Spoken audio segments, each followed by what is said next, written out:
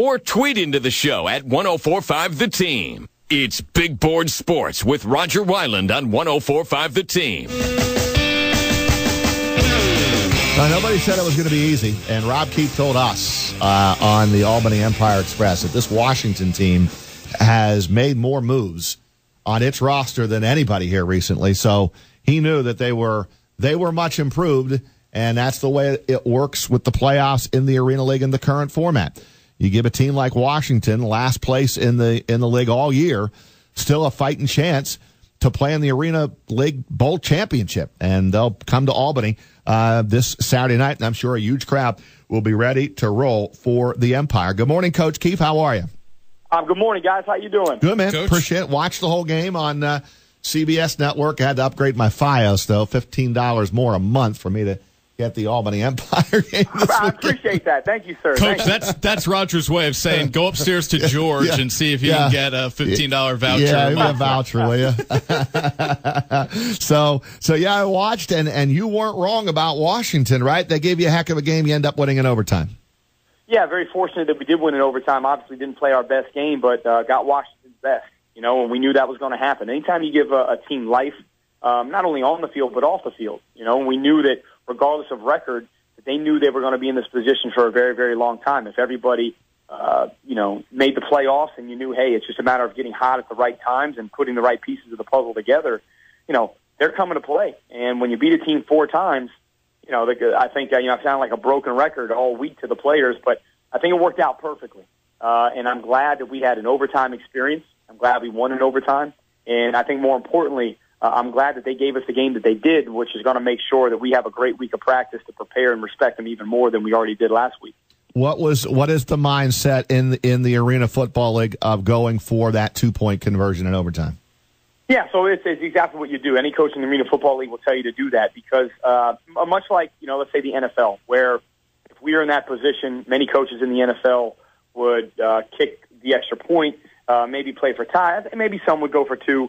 Depending, I think, on the clock. A lot of things were kind of, I don't say misunderstood, but I don't think people were realizing that clock was ticking down too, so that was going to come in to be a factor of it as well. But the reason why you go for 2 is because it goes to sudden death after each team has a possession.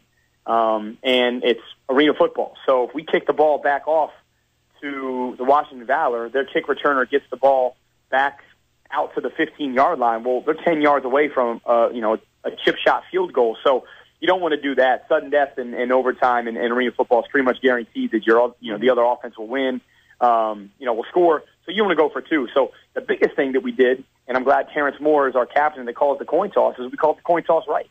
And exactly what you want to do, you want to make sure that you kick that football, you kick it to them. The decision that they have to make is, do you want to go for 1 or do you want to go for 2? They go for 1. If they miss that extra point, which is not a gimme in this league, then we'd score and then we'd kick an extra point. We wouldn't have to worry about 2, but it ensures that the ball is going to be our hands. The last thing you want to do is give that off or give that back to them. We played it perfectly, and exactly what we said right before we had the huddle. We said, look, we're going to win the coin toss.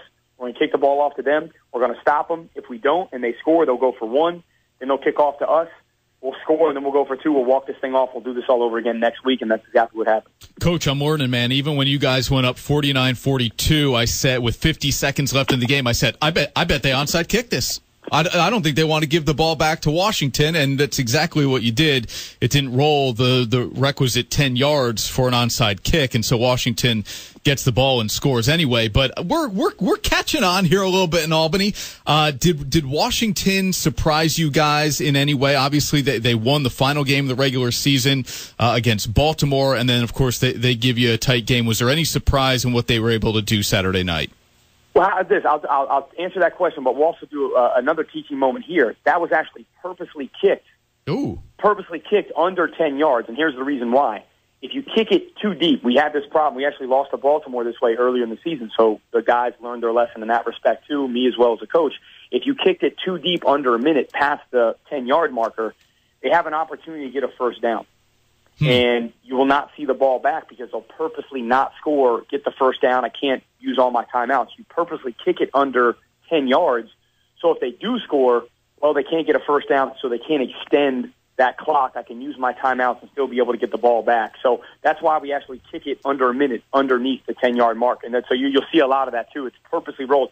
Because I don't say, hey, kick it to the 10, because, he puts a little extra spin on it, juice on it, goes to the 14, then we're really in trouble. So say kick it to the 5, maybe it gets to the 7. You'll see me clapping that up, because that's perfect, and they scored. Hey, no big deal. Well, from a surprise standpoint, I think they did surprise a lot of the players. I was hoping that wasn't going to be the case. I sounded like a broken record, but look, we're a team. I got to do a better job of preparing these guys. But look, I try to say it in my halftime speech. I try to say it, at the end of the game, that look, we respect Washington. I respect everyone in this league. You can't talk about the Arena Bowl. You can't look ahead in professional sports. It's all about the now. Like, the goal is to go 1-0. And so for Washington, they're getting hot at the right time. Their offensive line is playing well. They got a plethora of receivers that can do a lot of great things with the ball in their hands. Their quarterback's getting hot at the right times. And they got a defense that's giving, people fits because they're being physical. And so for us, when you see a team, this will be now for our 6th time that we see them, even though we've won all 5 games, it's not like they're scared of us. If anything, it's giving them confidence that they can play with us. So we have to come right. We have to come correct in all 3 phases of the game this week. Our fans have to be crazy and rowdy. It's another national TV game. The first playoff game ever that's going to be held in Albany in very, very long time. So it's going to be a spectacle to be at. So it's going to be a great show. We just got to come out with the win and make sure that we do everything this week to prepare ourselves to get our minds right for a battle and a big game. And if you're following the complete picture of the Arena Football League, the game of note on Sunday, what did you make of this score, Coach? Baltimore 57 and Philadelphia 45. So what happened right there, you have the aggregate score that now that Baltimore will go into a game on Friday. So we'll actually know who's going to be in the Arena Bowl before we actually play Washington. That they have a quick turnaround there. But, Baltimore won the game by 12 points, which is kind of an odd number to be up, because you're technically, for Philadelphia, that's technically 2 possessions, 2 touchdowns. It's not, a touchdown and a field goal, so that's kind of odd for them. It's curious to see how they play that. But Baltimore got out to a 27-0 lead. That's how, and it looked like it was, dismal for Philly, but Philly scored last before the half. They scored first in the second half. They cut it to 14. They got some onside kicks. They missed 3 extra points, and they missed a 2-point conversion at the end. They could have cut that lead down to 7, so they fought back to try to give them a more manageable game for this second playoff series. But that's going to be a battle, and I'm telling you, this is, for us, it's all about who wins the game. We're just looking to win the football game. That's really what this is about. Philly has to think about, not only do we have to win, we have to win by 13 points, which is 2 possessions. So that's a whole other situation. Onside kicks are going to come into play with that. But nevertheless, it's arena football. Things can happen. So that's going to be a battle there. But, yeah, it's good football. I mean, playoff football and Arena Football League is really, really good football, and you definitely should watch all the games. Yeah, so in that series, Baltimore obviously in the driver's seat for sure. Yeah, they are, but I'm telling you what. Look, Philadelphia is 2-time defending champs now. If you saw, Philadelphia was down 30 points with 2 minutes left to go in the game, and they cut that to a 12-point deficit. You should have saw, if you really, I was watching Baltimore's reaction. Baltimore, even though they won the game, they realized, okay, like, it would have been nice to go in, with a 30-point lead. Going up 12, I saw their faces that they realized they let some stuff slip because it gave Philly confidence, and they're going to come out gunning. That's going to be a great game on Friday night. Coach, it took until that final possession. Well, I shouldn't say final possession because really it was the field goal, the final possession. But the one before that, 50 seconds left, is when Joe Hills got into the end zone to extend his streak to 93 straight games. A guy like Hills, is he, talking to either you or Coach Moss, hey, guys, still haven't been in the end zone. Get Grady to throw me one of these things. No. And we don't, it's always in the back of our minds, because anytime a guy has, a streak or a stat, you definitely want to help them out. But I think at this stage of the game, it's all about winning. Tommy is not, hey, I got to get Joe Hills a touchdown. If it happens, it happens. I know there's a number of occasions where we've talked about it, where he scored in the last minute. There's been one where he scored with like 20 seconds left. Streaks come to an end too. We want to, hopefully that doesn't happen on our watch here with the Albany Empire. But, for that, if he's open, he's open. And I think that's really what the name of the game is. And I think he'll tell you that too, that it's all about winning at this stage. But we are aware of those things. You always want to help guys like, Joe Seitz extend his sack streak. That's just something that sometimes these things just have to come natural, and you can't force it. And especially when it's a really, really close game. If he's open, he's open. I'm just glad that he was able to extend it. I'm glad he was the one that scored the touchdown at the end there to help us win the game.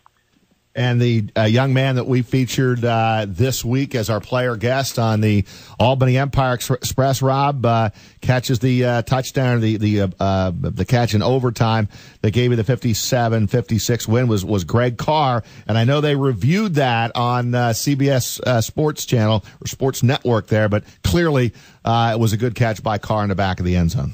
Yeah, and an awesome call by Coach Moss from a two-point conversion. We knew that going in. We said, hey, they knew it the entire time that we were on defense.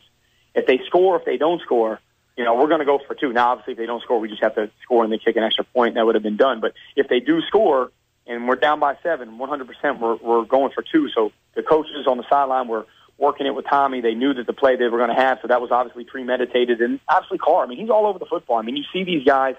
And these guys that are quote-unquote role players, they're superstars in their own right. Another fumble that he jumped on, another onside kick that he jumped on. He catches a two-point conversion. He caught a touchdown. He's just filling up a stat sheet, much like a basketball player would, with steals and rebounds. And, he's doing everything you possibly could want from a player on your football team in arena football. And I'm glad, that he caught the ball. And I asked him, I said, man, they're reviewing this. Did you catch it? He's like, Coach, man, I 100% caught that football. But that's a good review on their part, that you can't take the challenges and the timeouts with you. So even if it was a clean catch, challenge something.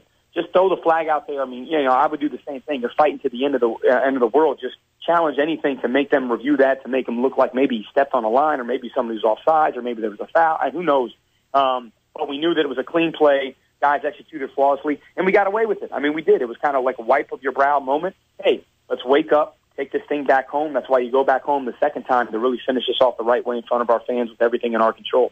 No doubt. On to game number 2. Looking forward to it, Coach. We'll see you in our studio at WNYT on Wednesday night. Thanks for a few minutes here on Big Board Sports Radio Saturday Monday morning. Absolutely, guys. Thanks so much for having me on. Coach. Thank you, Coach. Rob Keefe, good stuff.